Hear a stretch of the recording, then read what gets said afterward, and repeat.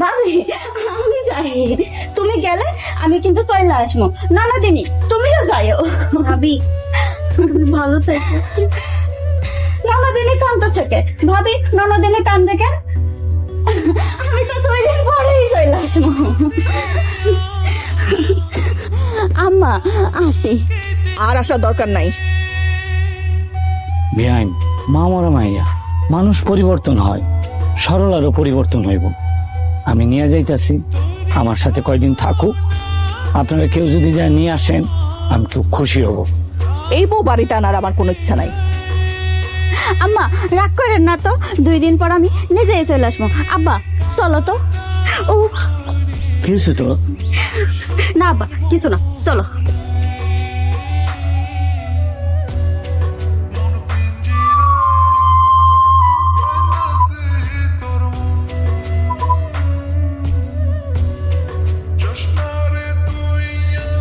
সরলা লোক এরকম ব্যবহারটা করা ঠিক হয় নাই। কিরে মা, মন খারাপ? না আব্বা মন খারাপ না। তুই আজকা শাড়ির বদলে সালোয়ার কামিজ পরছস? এখন তো সংসার করতেছি না, তাই শাড়ি বাদ দিয়া জামা পরছি। কেন তুই সংসার বুঝছ না? একটা সংসারে যদি মা না থাকে, সেই সংসারের অনেক কিছুই বুঝতে পারে না আব্বা। কেন তুমি আমার এত আদর করে স্বাধীন করে বড় করছো আব্বা? কেন তুমি আমার শাসন করো নাই? যা খুশি তাই করতে দিছো, তাই এক জায়গায় বান্ধা থাকতে মন চায় না, সারাদিন দৌড়াদৌড়ি করতে মন চায়।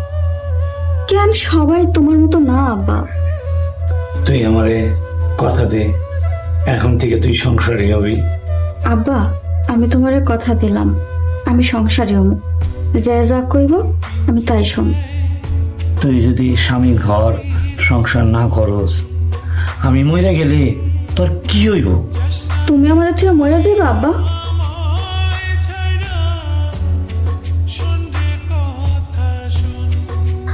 আম্মা, মিতু, ভাবে কই তোমরা? দেখো আমি আইসা পড়ছি। সরলা বোন কি আয় পড়ছস? হ ভাবি আমি আয়া পড়ছি। কেমন আছো তুমি ভাবি?